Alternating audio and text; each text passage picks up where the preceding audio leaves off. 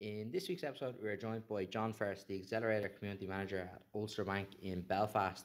We discussed John's journey from growing up in Belfast during the Troubles to his entrepreneurial journey and his software company to now his role within the startup community and everything he's doing to help out young founders and aspiring founders to gain investment. So, some real insights if you're a business owner looking to gather investment or looking for more information on investment, or if you're just someone that's interested in business, this is a great episode. Here we go. So today I'm joined by John for another bonus episode of the 1040 podcast, and we're going to discuss John's journey and his current job now as the Accelerator Community Manager with Ulster Bank. And yeah, look, thanks very much. We've been chatting for almost an hour. Yes, thanks for having me. So you hit record, yeah. But I suppose we're going to talk about your journey. But who are you? Like, what do you do now at the moment? What's your job? Just give us a quick overview. So for the last 9 years, I've worked with startup founders in the north and outside of Ireland as well, around Europe and the rest of the world. And really, my job is a founders at a certain point in their role, they're trying to get somewhere. My job's to help them clear the path to get there. It's not to do everything for them, but it's to help them navigate that path and to get to the investment raise or the next step of the journey. And advice along the way. But going back then, like all the way to like the early days in school, did you kind of know what you wanted to be when you were in school, or did you have a clear idea, or? Oh, not at all. No. I moved to. I was born and raised in the Falls Road. Moved to Australia when I was like 12, I think, and I remember someone asking that question when I was at school in Australia, and I kind of said that I either wanted to be a businessman or a chef, and I kind of, the only understanding I had of a businessman at that point was that they had a briefcase. That was it. So I'm not entirely sure. I'm not entirely sure that really meant anything. And I think I still would say I haven't really grown up yet, and I'm 48 years old. So I'm not sure any of my career moves have been by design. They've mostly been, I guess, accidental, I think. Yeah, okay, it's good. And I suppose in school, did you do well in school, or was school for you, like academically? I was a C level, I was a solid C student in school. Okay, yeah. C's were the height of it. And looking back now, I was recently diagnosed with autism and ADHD, and looking back at school, I can see why I wasn't really performing. I was always really smart, especially around technology and things like that, but school and the way school operates, it just wasn't a fit for me, I think, is the reality. So I kind of blundered my way through school and did enough to just, I think I got 6 C's at GCSE, and that was pretty much the height of it.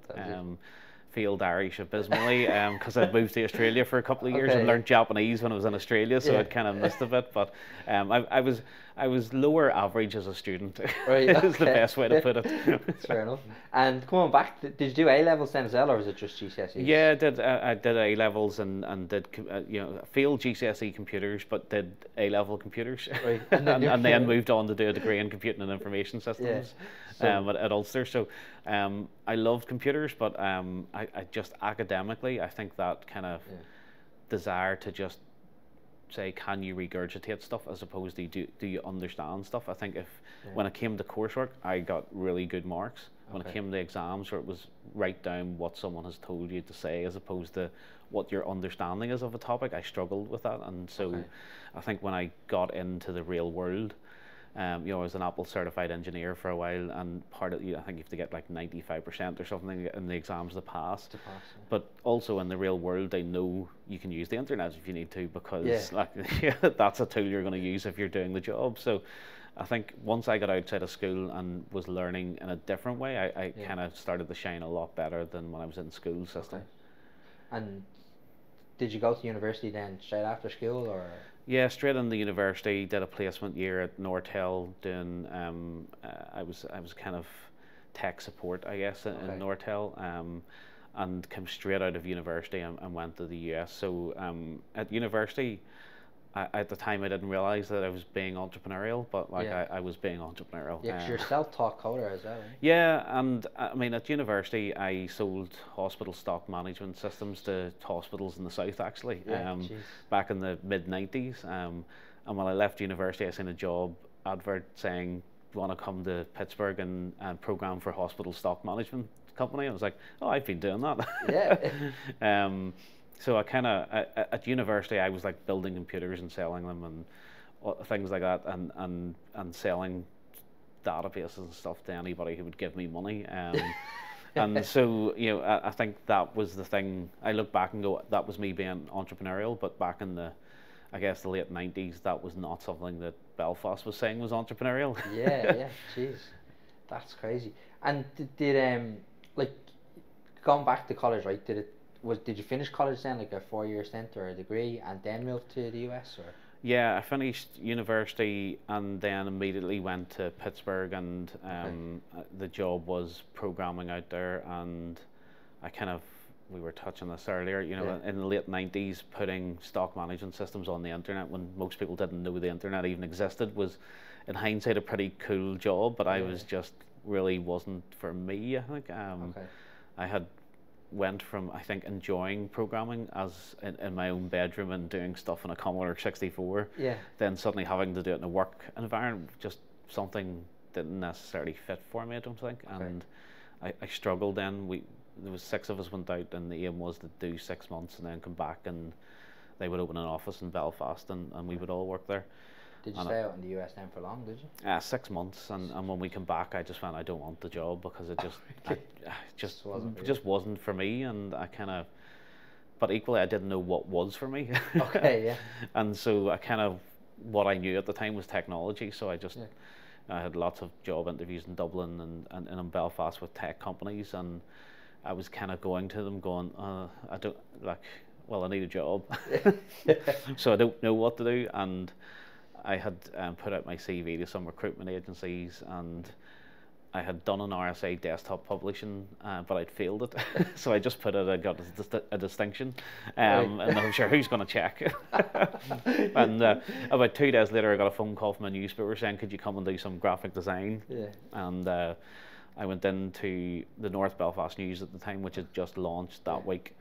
And I was there about an hour, maybe 90 minutes, and the editor said, here's a phone number, phone this politician and get a story. I was like, I got a C in GCSE English, I'm not really cut out for this. And he was like, don't care, get a story. And so this is the job you lied in the CV, said you passed the course. To do graphic design, and suddenly I was a journalist. And then got handed a story. Here you go, get the I'm not sure I ever told my old boss that I lied about that. But that's all I know. But yeah, because when he said that to me, I went to the bathroom and genuinely just sat there for 15 minutes, kind of going, I don't know what to do here. Like I don't know how to write a story. I don't know how to talk to a politician. I don't know any of these things. Was you being quite introverted because, like, coming from like the tech side of things? Yeah, back then I really was, and so it was like I was in this world of like what is happening. Like I'm suddenly expected to pick up a phone to someone that I don't know to try and get a story out of them that they don't want to tell me. And actually, the first time I phoned the guy, he just hung up because he was like, "I'm not talking to this newspaper." So it was everything that was against what I had been for like my whole kind of life up until that point, I guess. And I think it was mostly because, and the people I worked with then would still be some of my best friends today.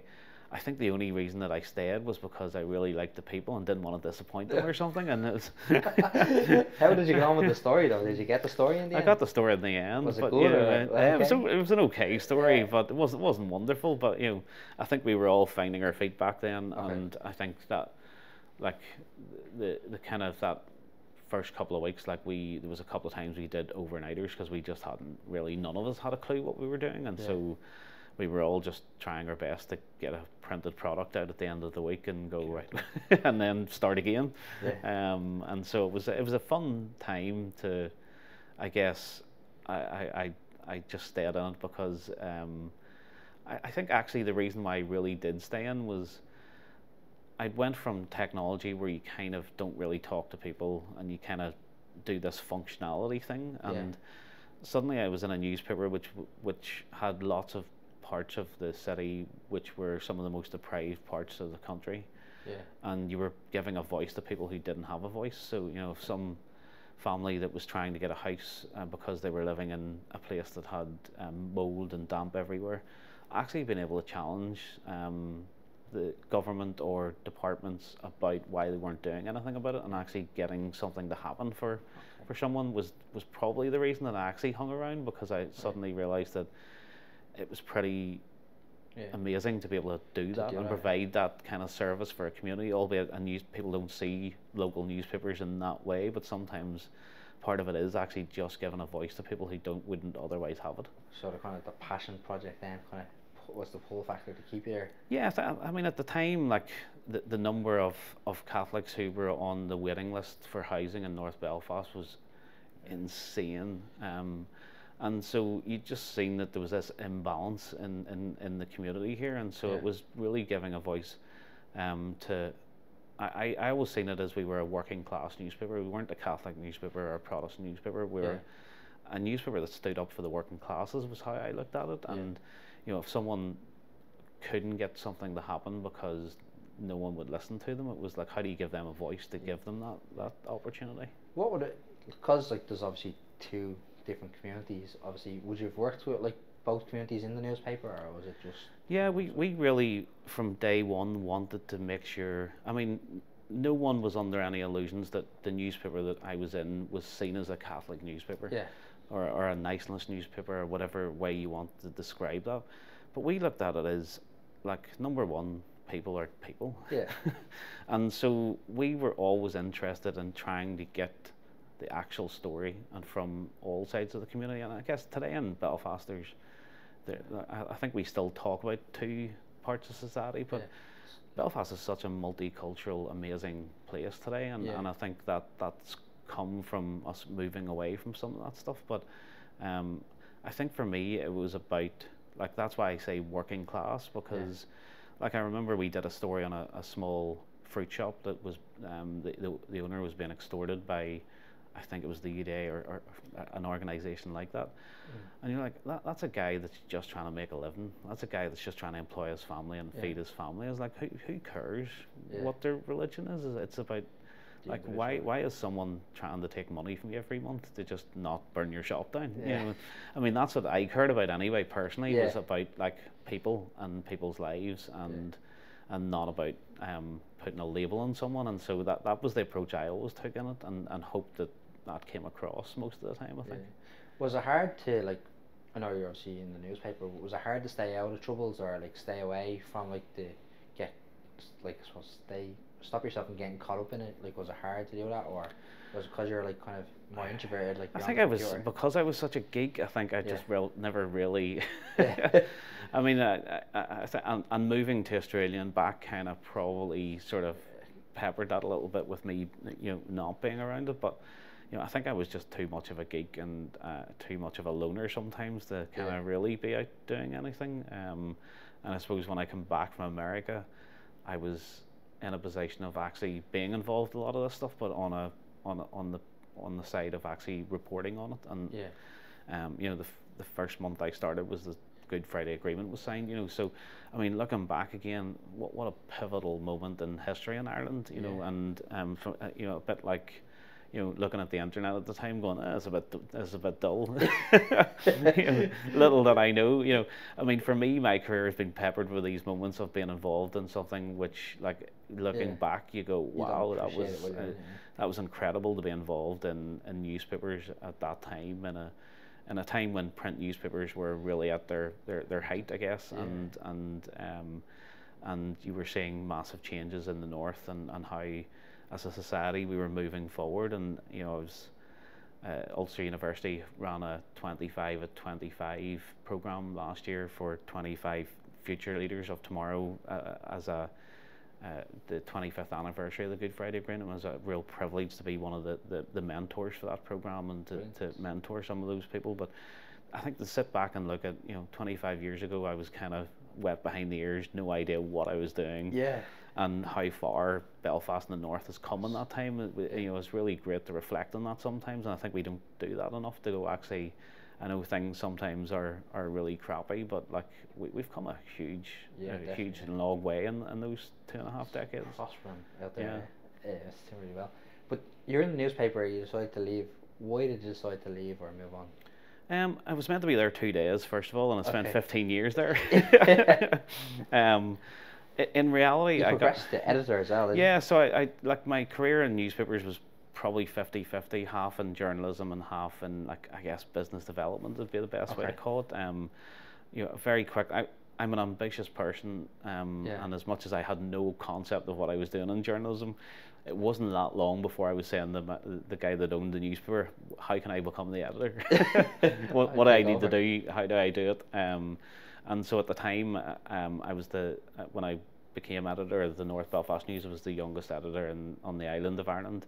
And I kind of I always had that ambition to move to the next thing and to be really great at something. But then I think I always look at it as a little bit like wine. There's like a certain price point, and beyond that, is there any difference between a £25 bottle of wine and a £500 bottle of wine? You know, the diminishing returns in that or something. And I've always looked at my roles in that way of be really, really good at something, but at some point you kind of need to move to the next thing, because there's not really a next level, or the trajectory sort of narrows a bit, and so you can't get as good. So so the second half, that was really just doing some really cool and interesting things and being involved in launching new papers in the south, like Blanchardstown and Lucan Gazettes, and buying the Irish Echo in New York, and launching all sorts of wacky stuff like dating websites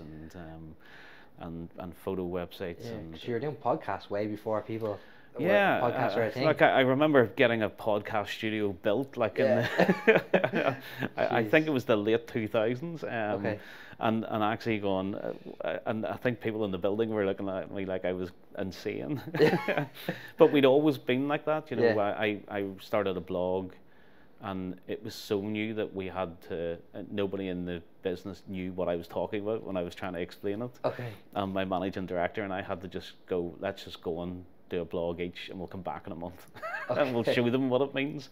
And that was actually how I started food writing, because we argued about who was doing politics and who was doing food.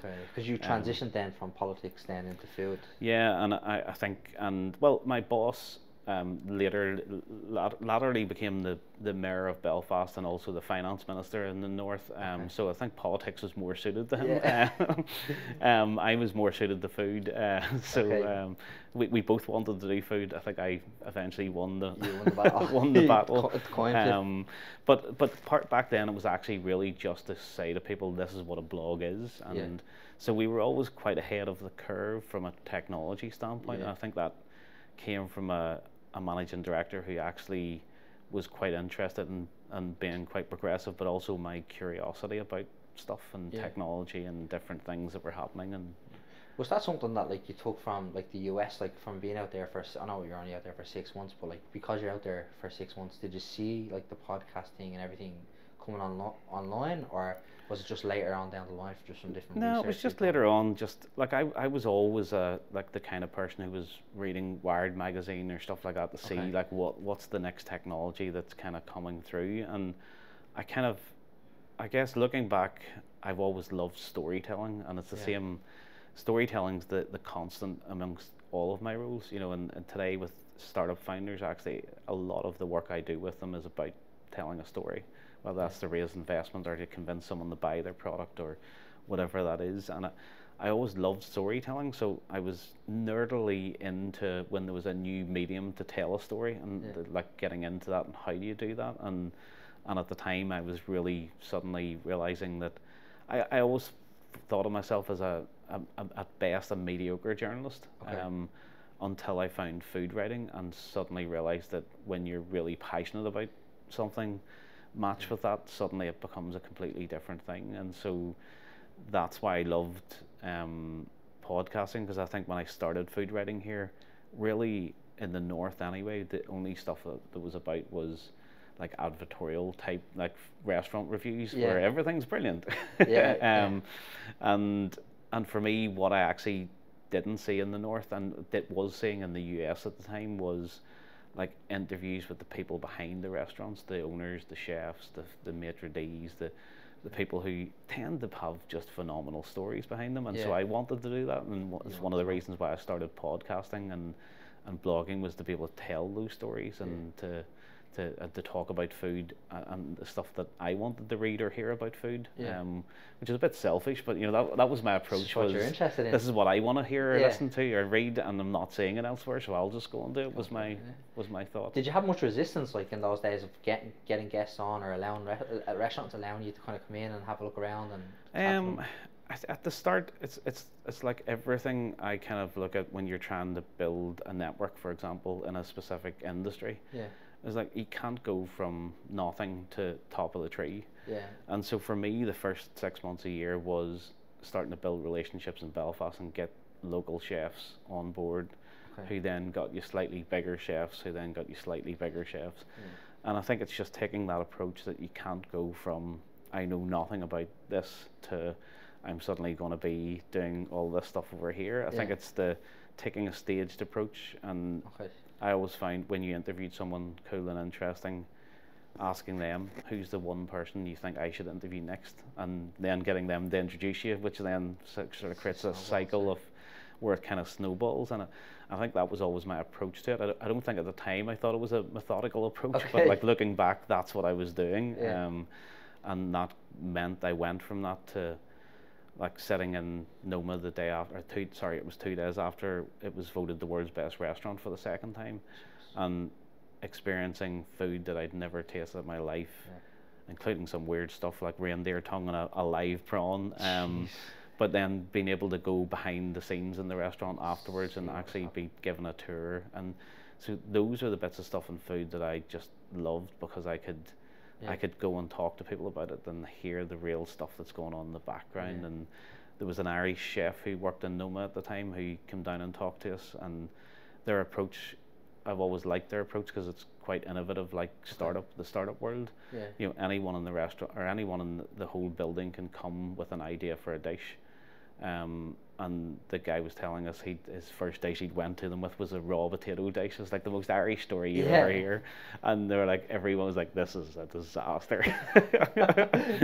But restaurants like that get to where they are because they're open to trying stuff and allowing and saying, everyone in this building has the potential for an idea that could be on the menu. So it's not limiting themselves to saying only these two chefs can do this stuff.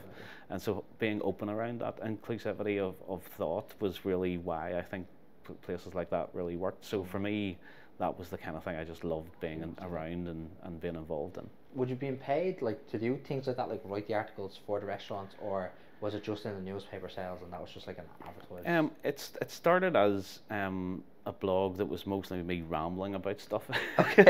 And the funniest story is like for the first 9 months, I think I had like on average 3 readers a month.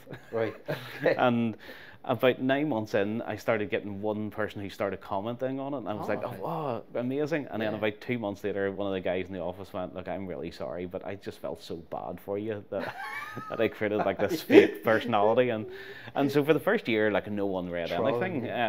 You know, and actually he was trolling with good intentions, I guess, but the first year no one read it really. And that was the reality. But you know, I think some of the stuff was the newspaper then paid for some of that stuff.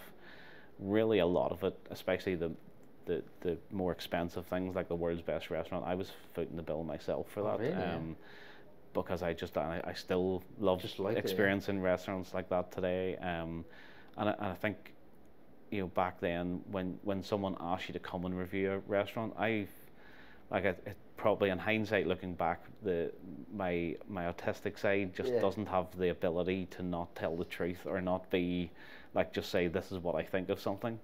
And so like once or twice someone asked me to come and review something and they would pay for it, and then I would write a review and say it was shit. That's what I was going to ask. And they'd be like, what's going on? And it was like, I told you I was going to be honest. And like, well, we didn't think you were going to be honest. And I was like, what? No way. You don't know what do you mean? And so for me, I was always kind of like, I looked at it as when I was 18 or 19, a couple of times I went on dates with girls, and we would go to like a restaurant, and it'd be like all the money I had in the world. And I always looked at every time I go to a restaurant with you, if some kid was going to this place and I've told them it's amazing, and they're spending every penny they have, and they go in and it's terrible. Like that's my job is not to just tell chefs that they're amazing. It's to look after the people who are spending their hard-earned money to go in there. So my approach is always just be brutally honest about it, and if people don't like that, they don't like it. Like, there was plenty of chefs who weren't impressed. Did you ever have anyone kick you out of a restaurant when you walked in? No, I had a few people phone in and ask to meet me, to have a few words with their fists. I've never been a fighter, so I've never took them up on the offer. I just avoided them until they'd calmed down. But I mean, the reality is, chefs really do what they do because they love what they do, and so, like, when anyone says anything, like, I understand why it's easy to take that to heart, but yeah, thankfully I escaped mostly with just a lot of angry words. Obviously it would have been hard to be a journalist up here as well, like, because the troubles or whatever. Were you ever, like, threatened for, like, the political things, or anything else that you don't like? Yeah, I think we always had that in the early days of, I mean, it was 1998 when I started, and so like, again, we were talking about, like, childhood, and when you're a kid, things just seeming normal. Like, I guess the first 5-6 years of my journalism career, like, when I drove to the office, I took a different route every morning, and like, I mean, that doesn't mean that I wasn't doing one of those same routes the next week, but, like, you know, you were constantly going a different way to the office, going a different way home. You weren't always checking under your car, but, like, I mean, we had to put bulletproof glass up on the front of the building at one point because of threats against staff, and so I guess this is the dumbest thing in the world, because the thing that got me through that, and it's probably really naive looking back on it, was someone once said to me, look, if you were going to go and kill someone, would you tell them about it? And I went, no, of course I wouldn't. I went, so see, when there's threats coming in, don't worry about it. and I think that was what got me through it, because I convinced myself then, that sounds logical, actually. Makes sense. So I think the reality for us was, it was a tough time to be in journalism. But again, I think what is disappointing around regional newspapers kind of dying off is, most regional newspapers are leaders in their community, and they have to stand up and say the things that people don't often like, or hesitant to say, and it's kind of sometimes the job of the local newspaper to be the voice of that. And what comes from that a lot of the times is people being angry about that for whatever reason. And so, which is why I kind of just always sort of kills me a little bit to see another regional newspaper kind of close down, because it's they were, in my lifetime, they've been the kind of lifeblood of communities, and that's not, like, from an egotistical side. I just think that your job as a newspaper is to be a voice of the community that you're in, and good leadership is sometimes saying the things that you kind of need to say, whether that's it's probably the right thing to say or the right thing to do, but sometimes maybe you're trying to bring the community along with you, as opposed to the other way around. So I think that's what's disappointing about the kind of news industry sort of dying off a little bit, and I think it's a shame. Do you think we're losing that now, like the local voice? Like, do you think it's completely gone, or do you think it's like, do we see like YouTubers and TikTokers like kind of taking that place? I don't think it's gone, but I don't think it's the same thing anymore. Is it a bit more control, maybe? I think back then, like, we never printed something without saying, we know from an evidential standpoint that we can stand over this 100%, and we can say, if this happens, if we have to go to court, we can prove all of this stuff. And I think a lot of the online world has led people to think that it's okay to say things without any evidence, and newspapers cost a lot of money to run, because there's a lot of work goes into being sure that what you say is true, rather than just I've seen something, I'm just going to stick it up on X or whatever. It's almost like impulse reactions kind of thing. Yeah, and I think that's the difference today. Is like, there's not a huge amount of, like, if you look at, there's a local organisation called The Detail, which does investigative journalism stuff. It could take someone 4, 5, 6 months to get to a story. It takes 4, 5, 6 seconds for most people to put something online without really thinking through, is this true, is it not true, should I say this? Do you think, like, Do you think it will change now like that? Like the social media companies will like put procedures and process in place to make sure it's fact checked before before a person can post just anything, or do you think that we're gonna constantly fight the battle of like fake news? I think we'll all, I mean, the one thing that I kind of in a way love about technology is that when a new technology comes out, there's always a way for someone to figure out how to navigate around it. Yeah. I mean, it's a constant battle. Nothing has ever changed in that. Yeah. But with every era of technology, someone tries to figure out a way to get around that technology. Yeah. And I think, it's easy to go, oh, why is this not happening, or why is this happening? I think the reality is throughout time, we've always kind of, like as humans, we've always done that. And I think there will always be a push from some sides to say we should fact check stuff that's on social media, and there will always be people who say, why, like I don't want to spend the money on that. Like, is the reality. Yeah, but like if you look at the damage that is doing to young people today, like that, it's at some point that tipping point's going to come where governments are going to have to do something about it. What that looks like in the future, who knows? But I think the thing of technology has always been like, someone creates cool technology, somebody figures out how to navigate around it, and then the cat and mouse game just continues on and on. Yeah. Alright, so the journalism now, the career is going to over 15 years. Yeah. Where did you go then after the paper? So I started a Wi-Fi software company, which again, so back to tech. Back to tech. Again, no. Would you dipped in and out tech while you were in the newspaper? Yeah, I mean, I would have been our de facto tech person for a few years, and and went until we kind of grew to like, once we moved to like 120 staff or something, then it was like, I cannot do that in this. But so tech was always a kind of side love, really, and the Wi-Fi software company was again just accidental nearly. We tried to buy a Wi-Fi software company from someone who then pretty much added a zero onto the price when we went to go and like sign for it, and I was like, oh, I don't think I actually had the money to pay for the thing in the first place, never mind with the zero in the end. But I'd kind of just thought, oh, I'll figure out a way to do it. And so we just decided, right, well, let's just build it ourselves then. Because we had customers waiting, because we thought we were buying the product.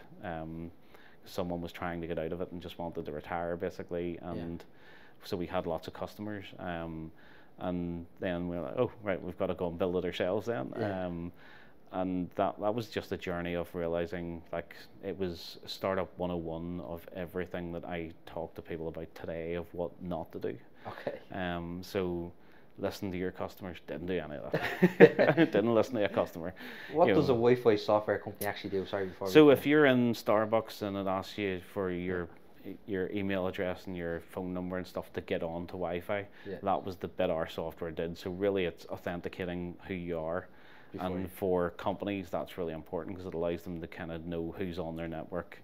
If there's any legal issues, like who actually did that, but more so around marketing and things like that. So that's what the software did, and we had our software operating in airports around the world. We had a fleet of taxis in South Africa using it. We were in race courses and football stadiums and all sorts of things like that. And it was, and weirdly, caravan parks were probably our bigger market, because the one bit that we actually did listen to customers was caravan parks were crying out for a paid Wi-Fi software product, because their value proposition for them was that we could allow them to charge their customers for Wi-Fi.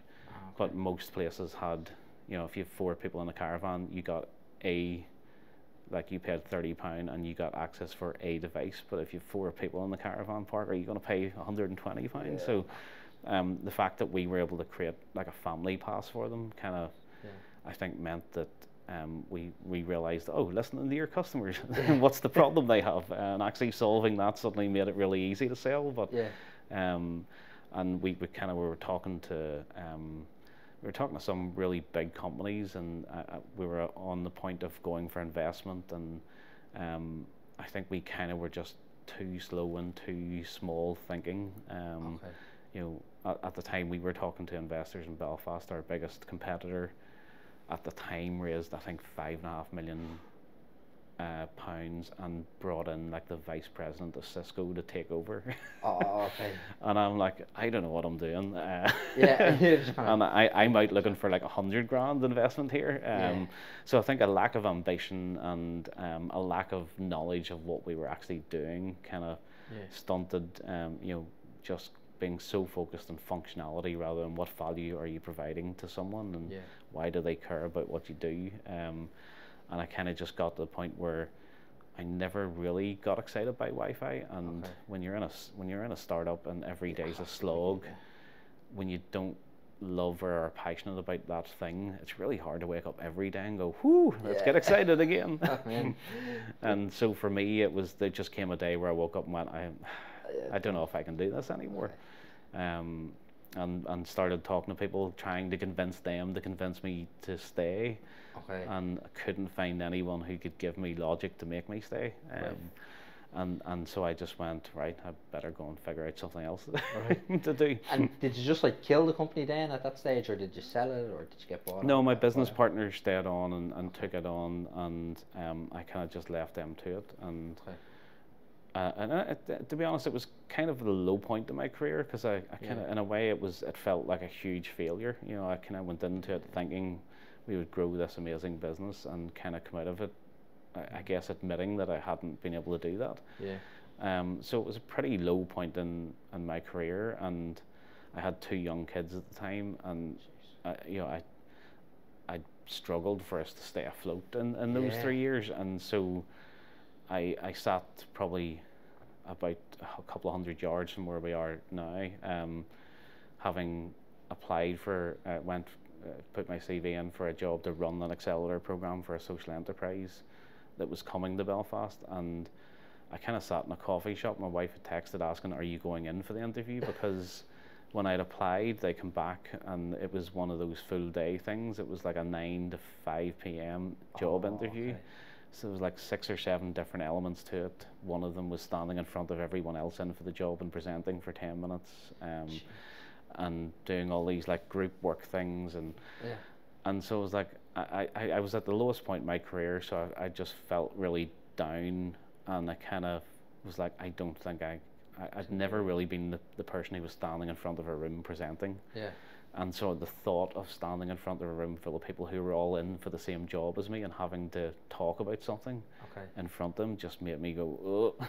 What's going on? And I sat in the coffee shop, and the only reason I walked into the building was genuinely because I thought, I don't know how I'm going to pay my mortgage next month. And I went, I'm just going to have to give this a go and see what happens. It really didn't go.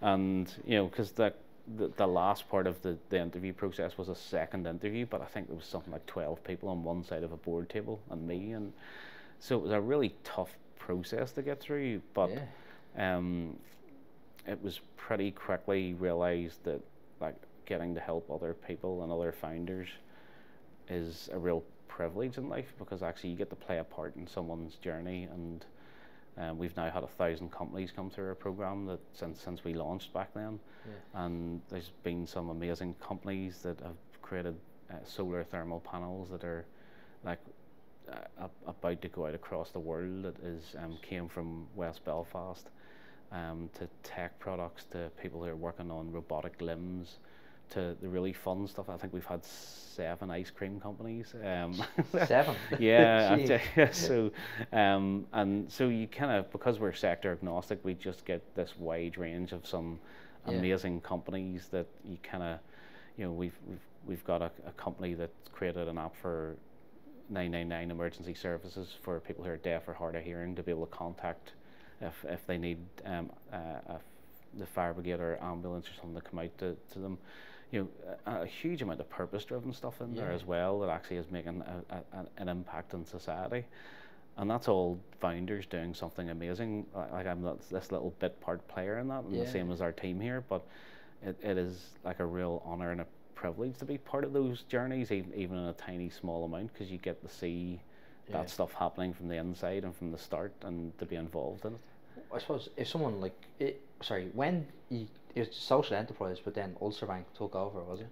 Yeah, so we were a social enterprise that RBS, NatWest and Ulster Bank funded when I joined it, and was putting some of the money into it. And they saw that the value in, so this week we have 12 physical locations that we have accelerator programs. This week we've onboarded 2,000 different companies across those 12 locations. Like, that is by far the biggest accelerator program, I believe, in Europe. And the impact that has across society. What is like the accelerator program? Like, what is it? Like, just so it's a really simple mix of community, space, coaching, mentoring, guidance, advice. I think community is such an undervalued part of the startup journey, because for anyone, like, no one I knew had ran a startup when I did it, so I didn't know anyone who got what it was like to, I guess, not know anything or be constantly going, right, how do I do this? So coming in, and this week when we kick off a program, you can just see the relief in people's faces to suddenly be in a room full of people who get it and know what it's like, and know when it's hard, and know that it's tough, and know the challenges and the high points and the low points. And to be able to just go and say to someone, have you got time for a coffee because I'm having a crap day? Or I've just got a £500,000 contract with a company, and like, this is amazing. Something to celebrate with. So I think community is a huge part of it, because I think from the outside, if you look at Silicon Valley and stuff, I think everyone looks at startup landscape as a competition. I look at it as what we've always done is about belief that the startup landscape is about a rising tide lifts all boats, and it's about bringing a community together that can help each other. I just connected someone who's really struggling to get into shopping centres with a company that was on our program 8 years ago, who has spent a decade selling in the shopping centres. There you go. You don't need to spend 6 months trying to faff around with this stuff. Talk to a person who knows all the people, who has the connections, who can tell you how to sell to them. For me, it's about that community side of it. Of, you're not competing against each other. You're all trying to build a business, and can you help each other? And having, this year this week having so many companies join us, it's really exciting to see that is like, you're suddenly. You can go from being a founder on your own and feeling really lonely to suddenly you're part of this group of 2,000 companies that have all went through the same journey this week in a different city. Is just fantastic. How does it work? Like, so you've obviously got 2,000, right? Are they all in like the 12 different locations, like in the offices, or is it all online, or like, how does it work? There's a couple of hundred people do our online side of things, because there's locations where we don't have like physical locations, and especially in Scotland, there's a couple of islands where we have some entrepreneurs who would probably, to get to a hub, would probably take them 8 hours or something from getting off the island and stuff. But for the main, most of those companies are in one of our 12 cities, and it's a bit like gym membership. If everyone come into our physical location every day, like, we'd be going, oh no. What's going on? But there's companies who need the hot desk once in a while. There's companies who need 6 seats every day. There's companies who use the space to host events. So I think the wide range of stuff we do is about giving entrepreneurs the options of what they really need right now. So we do a lot of events around raising finance, whether that's investment, angel investment, VC investment, or whether it's bank funding or grant funding. It's about helping someone to navigate that. So there's a lot of education to kind of, not in a school way, but going, this is what it means, and then this is what it means to you and your business. And so it's trying to put all those things in place to say, what bits do you need? Because every entrepreneur to me is really the same. They're really good at something. You're either really good at ice cream, like, Nugaletto is one of my favorite ice cream companies. Their family's been making ice cream for for forever. Everyone's really good at something. But mostly, if you're coming to an accelerator program, you kind of know you're not good at some stuff, and no one is brilliant at everything. So sometimes for me, it's always the thing that you're not good at. People tend to avoid it, and when you avoid it, it tends to be the thing that kills the business. So for us, it's about trying to put the support around the bits that you're not so good at. or that you need to learn or know better, and to provide mentors or speakers or connections or people who can just make that introduction for you, that just helps you move a bit closer to what you're trying to do. Is it like the accelerator program, right? Is there like a pre-accelerator thing you have to do? Do you have to produce a pitch to get on, or do you just apply? You just apply. We tend to interview people, and like really, we're looking for growth ambition. Okay. Is what we're trying to find, because like there's no point coming on an accelerator to go, I come in here and I'm at the same point here. Like that's not what we're looking for.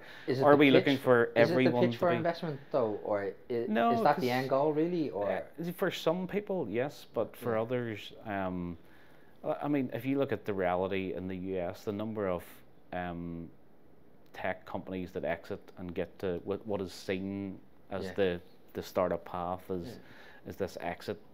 The number of companies that get to that exit point who have raised VC funding is actually a lot lower than you would think. And so, like, the reality is, it's what's the right funding for you, and sometimes you don't necessarily know that, and it's hard to, if you don't know anything about it, it's hard to kind of figure out, how do I know that, or how do I find it? But I think for us, it's not about finding all 2,000 companies who are going to say, I'm trying to create the next unicorn and billion-dollar company. It's about, the economy is made up, in the north, for example, a huge amount of the economy is made up of SMEs. There is nothing wrong with taking a business that turns over £500,000 a year and helping them get to £3 million a year, if that's their ambition. That's great for the economy. So why wouldn't you want to help someone like that? Not everyone has to be this like unicorn stuff, and unicorns are boom or bust. Like, there's not too many of them come about. But I think for us, it's about, has that person and that founder got ambition to grow the business and to grow it to a size or a scale or a purpose that is meaningful, and that's kind of what we're looking for across all those cities. What's the period of time then that you'll be on like the accelerator course for? Is it like just like maybe a week or two if that's all you need, or is it like a 6 month, 6 to 18 months? But again, like an entrepreneurial journey for me is like is not a 6 month thing or an 18-month thing. Like most entrepreneurs, if they are looking for the traditional investment, angel investment, VC exit route, it's likely to be a 10-year journey. So I think sometimes you kind of forget that there isn't just a start point, and then there isn't just the end point. There's a huge bit in the middle. And actually, just yesterday in this building, we have some colleagues from Coots over who were running an exit program, which is because we do so much about getting people on the ramp onto entrepreneurship, with the view of like they want to sell and exit and go and do whatever, live in the Bahamas or whatever they want to do, and nobody that ever does that actually goes and does that because they don't have the ability to just relax. Just switch off. But the flip side, we realized a few years ago that actually there's not a huge amount of support to say, well, I'm at this point and I think I should start looking at selling my business, and getting out of this. It's just as complicated getting out as it is getting in. Because there are a lot of things to think about, and if you're the type of person who spent a decade or 2 decades or more building a business up, to wake up one day and not be involved in that is quite from a mindset perspective, from a purpose perspective, that's a lot of stuff. It's not just the legal side of things and how do you get the best value for your company and all of those things. Like, there's a lot on the other side as well. So like for us, it's looking at all of those different parts of it to go, how can we put something in place that will help people at this point and this point. And we've been introduced from Mary McKenna at Awaken Hub and Awaken Angels.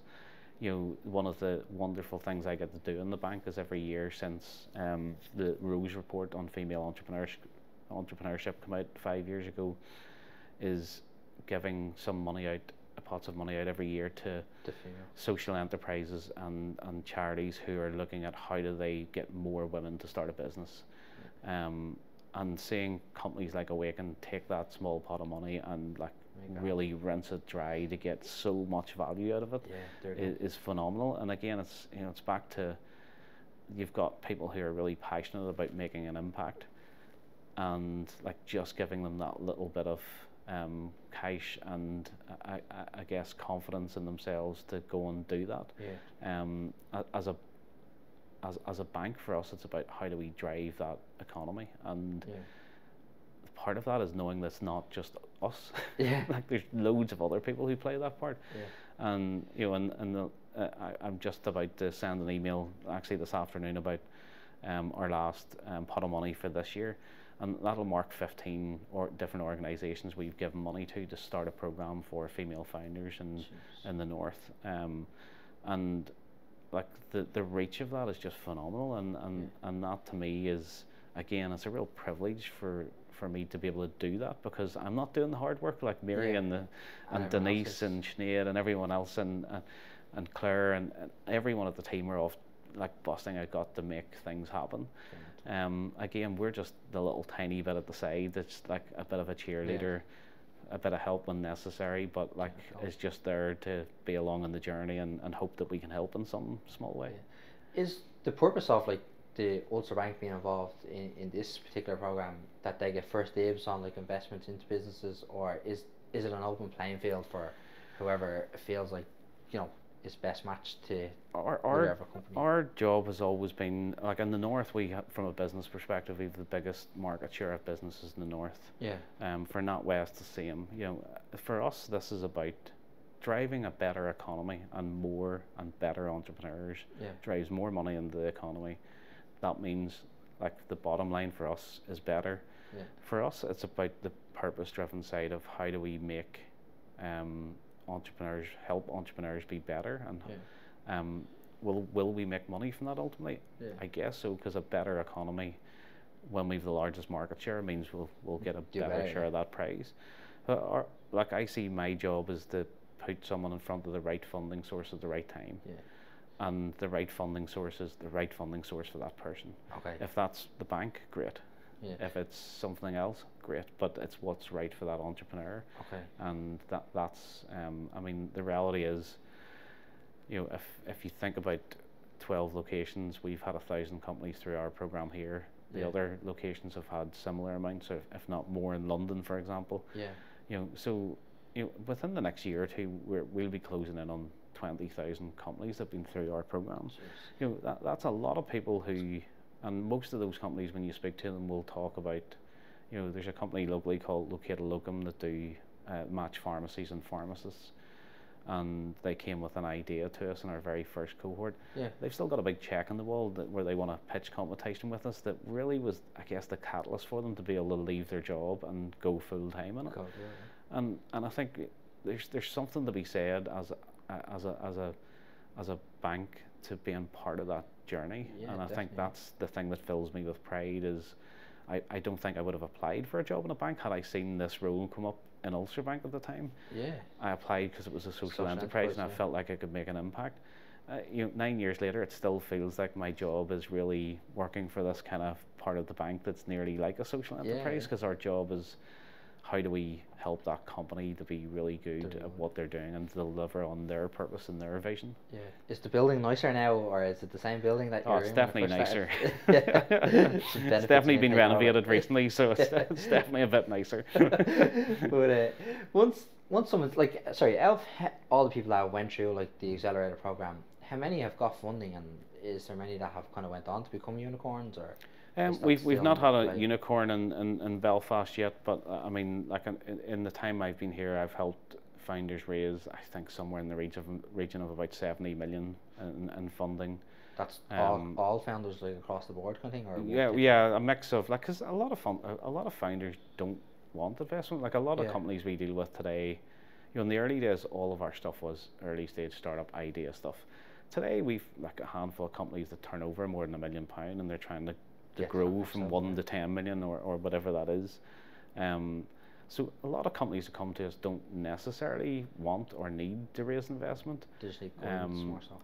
They need like they need insights and knowledge from people who are experts sometimes. But so like not everybody needs investment, and so again, there's no point me forcing someone down the road of you should look at investment when it's not right for them. It's about making sure that the right companies get the right support, and it's the support piece that's really key about figuring out what that is, because it's easy. Like a lot of the investment world is full of acronyms and things that people don't understand, you know, and sometimes someone recently was talking about they were going for angel investment, and when I said like asked them about selling their business, they're like, oh, I'm not going to do that, and you're like, well, you've missed the whole point of angel investing. That's kind of what they're looking you to do. But I think that comes from people trying to overcomplicate things, and what we try and do here is break it down to say this is what that actually means, because anyone can say lots and lots of words that sound impressive, but most people will probably be looking going, I don't know what that person's talking about. And so for us, it's about bringing all aspects of that back to what does that mean in English for you, and how do you actually start to navigate that and understand it as a company, rather than talking at you in a language you're like, what is that? What's going on? And are you assessing, like, is it your job then to assess like the business plan, the pitch, the finances, the bank account, cash flow? If someone comes and says I'm looking to raise £1 million investment, I'm going through a pretty robust process with that person, because like likely I'll be going, who can I introduce them to that's the right investor for them, or what 3 or 4 investors can I potentially put them in front of. I lose credibility with those investors if I consistently put terrible stuff in front of them, and so sometimes it's having to say to someone it's not the right time, but here's what you need to do to get it to the right time, and so when you're there, come back and we'll talk about it. But like it's quite a robust process to go through that, because most people don't necessarily, if they've never raised before, they don't know how to do it, what to do, what they need. And so for us, it is about putting that wraparound support to say, okay, where are you? Right, here's the 5 or 100 or 200 things you're going to need to do to then be in the position where to go. And I think from being in the space for like 12 years now, both as a founder and on the other side, like it's kind of knowing what an investor is looking for and being able to say, look, because you want investment doesn't mean there's someone that wants to give you it. And so it is trying to get someone to the point of realizing this is what's wrong within what you're doing right now that's going to stop someone from investing in you. Because I mean the reality is investors have infinite deal flow of people who will come with another idea, so it doesn't take much to spook an investor to go, I'll go with something else. Is there a different category of investor that you need for the level of money that you need? Like, is an angel investor, you know, kind of like 10k and above, or 2k and above, and then venture capital is like $1 million and above, or? I think in the north it's probably slightly different than the south, but because again, back to all the terminology used, and people are like Series A and Series B and pre-seed and seed, and all of those things mean different things depending on which city you're in, never mind which country you're in. So like for me, it all feels like a lot of nonsense. It's like, how much money do you need to raise? Right. Like you can call it whatever, you would call it a Series D if you want, but how much is it that you actually need? You know, and you know, it's back to like we put labels and things to make ourselves sound smart. It's like, how much money do you need? Like I don't care what it's called. Like when it goes into your bank account, there's no wee note saying this is a Series D or a Series A or a pre-seed or a mezzanine round or whatever. None of that's on that. It's amount of money in there. And I think for me, the biggest challenge I see today still is that when people first say they're looking for investment and you ask how much, when they tell you how much, if they even have a number, they don't tend to have a reason as though how they've got to that number. And one of the first questions an investor is going to ask you is, what are you doing with the money? And if you go, you're not building a picture of someone who's investable. And so there's a lot goes into seeing if someone's investor ready at that point, and how do you get them to investor readiness. Because it's not the point of slagging them off because they don't know it. You don't know what you don't know. You're coming on an accelerator for people to be around you and go, did you realize that you need to kind of really think about this bit if you're going for investment, or an investor's not going to like that answer. So you might go, okay, but that's the answer I've got. but like it's trying to change it. to help someone to navigate that and get to the right person, because 10k is a lot of money to one person. Yeah. To someone else, like I know an investor who like once said to me, I put 40 grand on a horse. So like, I mean, what's 20 grand to me? So I think it's all relative to, like 10k to one person could be all the money they've ever had in their lives. Yeah.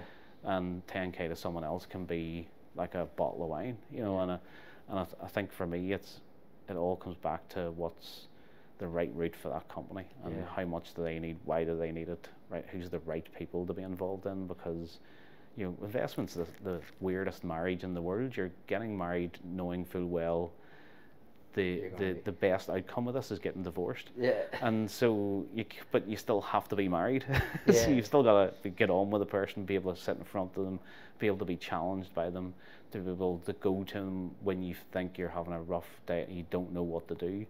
So you're getting in this weird marriage where you're trying to get out of it at some point, but equally you've got to be able to enjoy the journey as well. And so sometimes having the wrong investor is not a good move too. So there's so much complexity goes into that. It's trying to help someone take a step back and look at that without complicated process. Yeah. But what kind of questions should a founder be asking an investor before they take their money as well? Because I think it works both ways, right? Like, how can they know like that's the right investor for them? Yeah, I think the number one thing for me is, if you're having coffees with someone and you don't think, I could sit having a coffee with this person and actually not enjoy it, but not feel like, oh God. Yeah. But the thing that people forget is that you're going out looking for investment, but there's people on the other side of the table, and the bit that's underthought so much from a founder is what is the investor looking for? Yeah. And investors are at certain points in their journey. A fund, if you're going to an investor and their fund is in year 7 of a 7-year fund, it's likely most of their money is going to follow-on rounds to people they've already invested in, so they probably don't have any money to give to a new founder. So I think step one before even meeting an investor is trying to understand, where is that investor? Do they actually have money right now?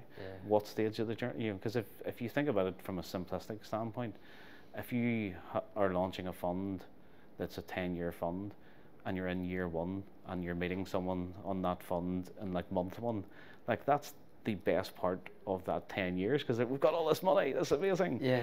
If you're in year 8, it's like none of these things seem to be working. Oh no. Oh shit.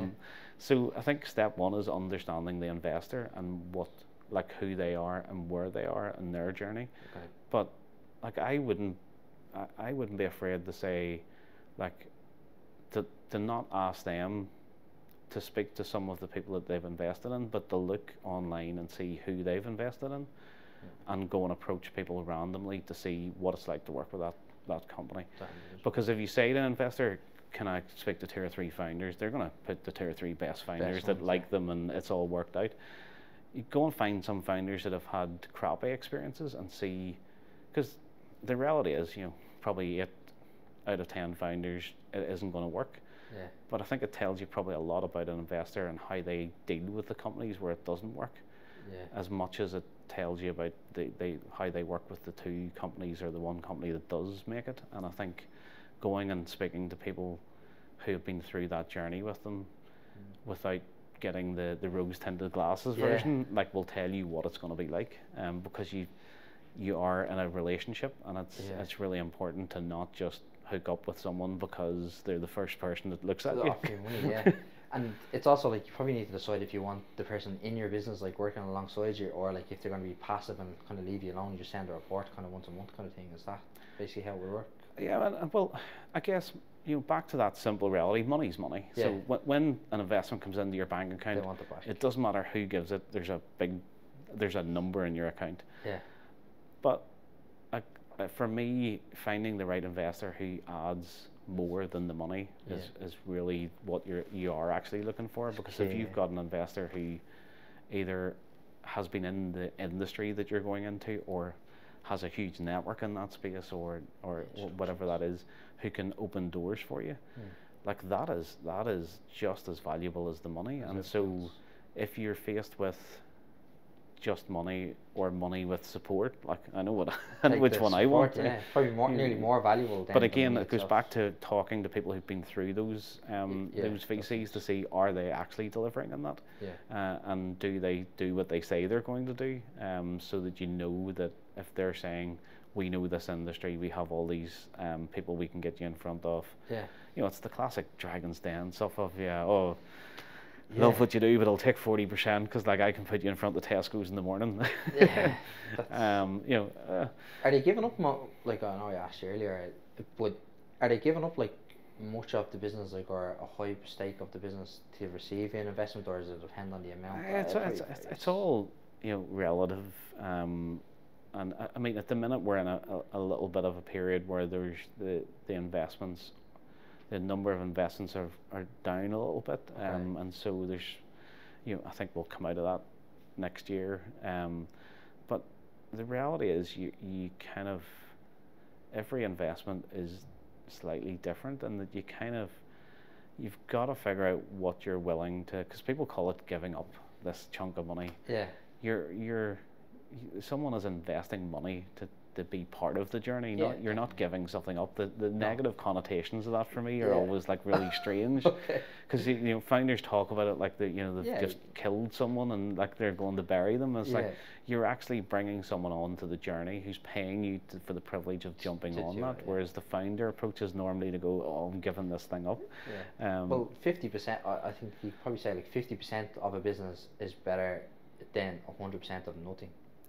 Yeah, but then, I mean, also you've got to make sure that you get value. I mean, most people who are like raising a couple of $100,000 as a first round, you're probably talking 20% or something in that ballpark.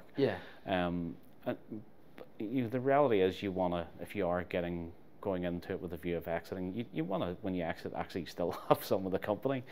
And again, good investors understand that as the rounds happen, and dilution happens and more investors come on board, that you still have to really you're the person driving the business.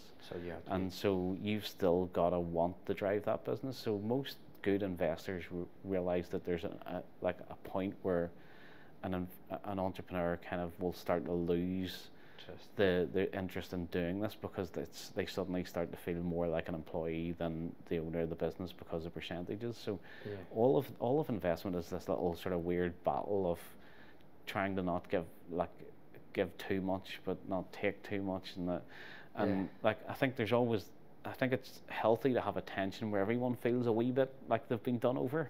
Probably means everyone's in an okay place. I think for me that kind of feels like it's a healthy place to be. If everyone feels like they've kind of been done over, you're probably okay then. That's okay. But again, it's, if you don't have people supporting you around you to say 40% what? or oh, that sounds like a good deal, and you don't know any of this, then you're likely to just go do it. So part of having a network of people like we have is being able to say, oh, you're going for investment with that VC or that angel, have a chat to this person who's been invested by them, and see like what percentages did they do, and what was the journey like, and what was the valuation and all that. And I think when you don't know any of that, like how do you figure it out without someone being able to go, this is what my experience was. That's brilliant. And now if someone wants to get involved in the Accelerator, how do they kind of find out more about it, or how do they get involved?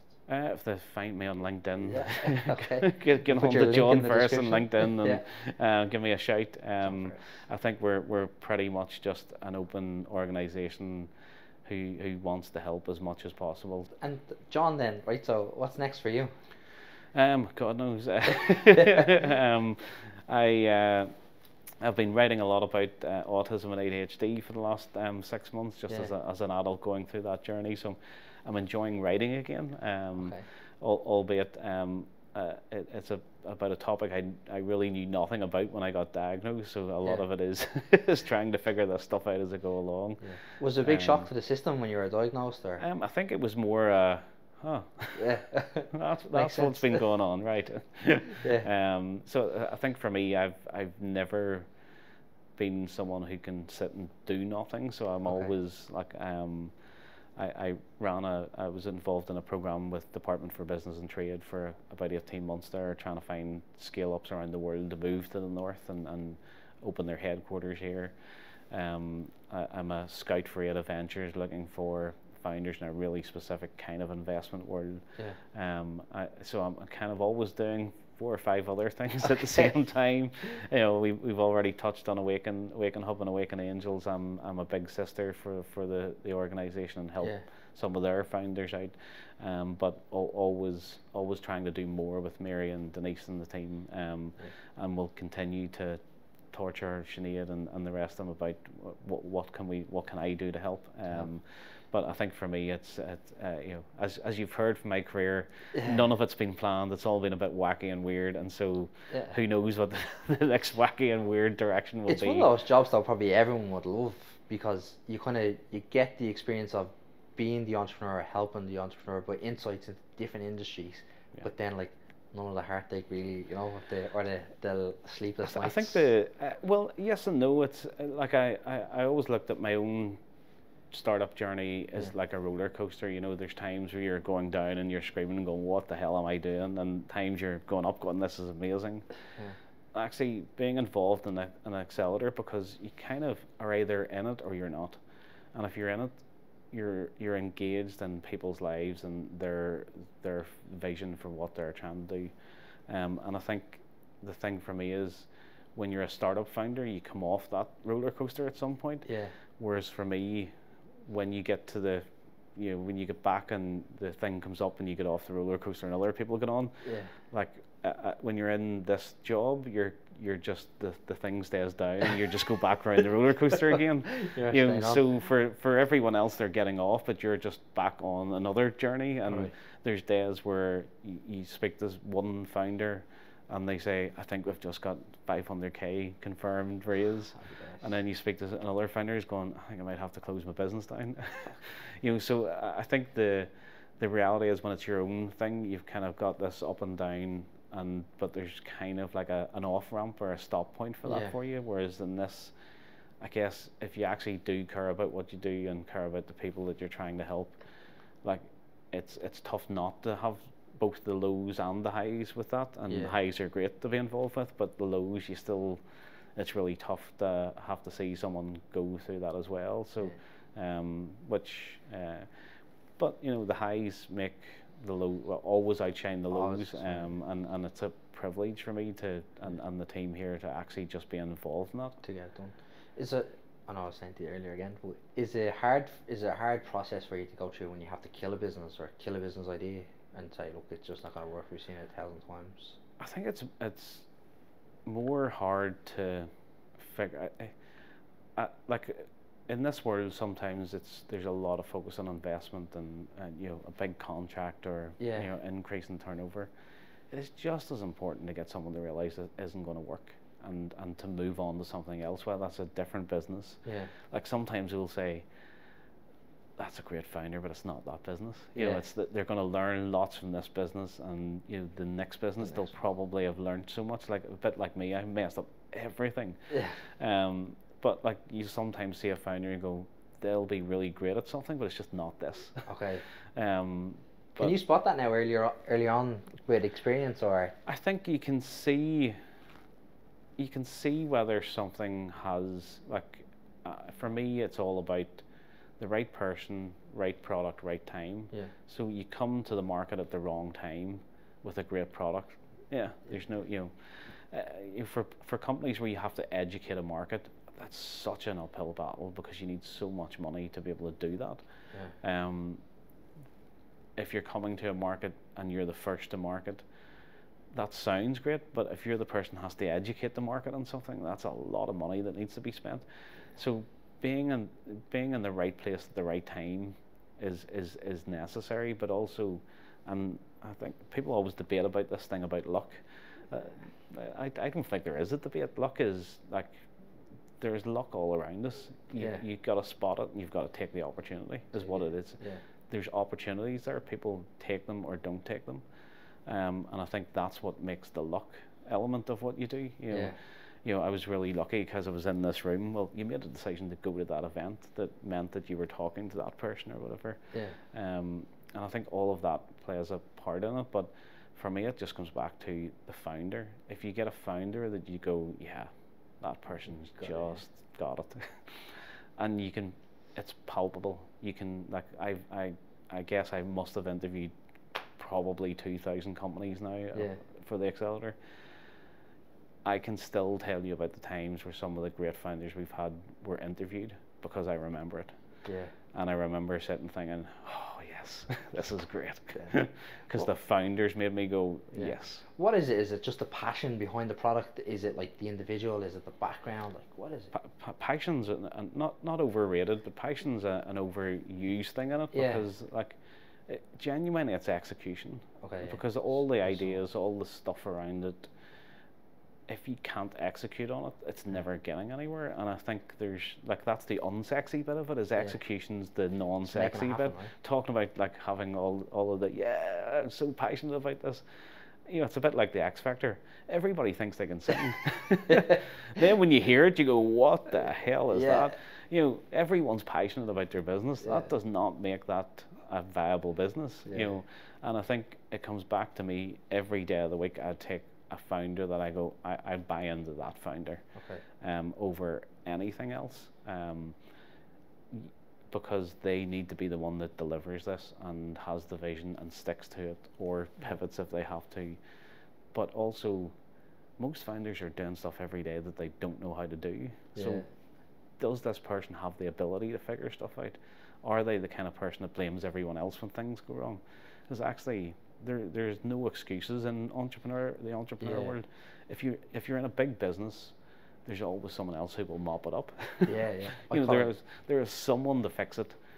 If you're the CEO, there ain't anyone coming in behind you to fix it. So you are the backup. For me, you've got to go, do I believe that person has the capability to do this?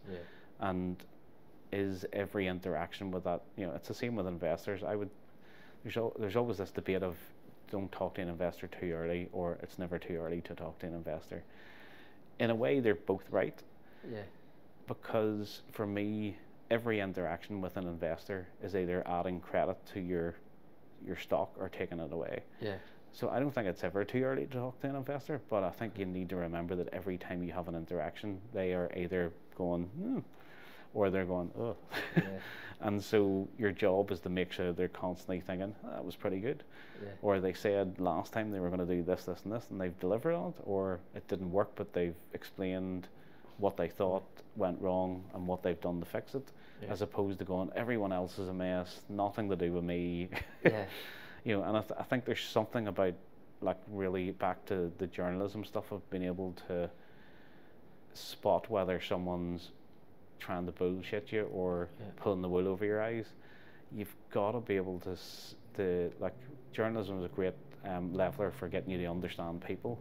And I think that's what the entrepreneurial world is all about as well, is kind of getting to know people. And if there's always an excuse why something has went wrong, are they going to be able to build a business when there isn't anyone else to fix the excuses? You know, it's the whole extreme ownership, I call it. It's the bulk around it. But do you have anything else, or are you happy enough? Do you have anything else, or are you happy enough?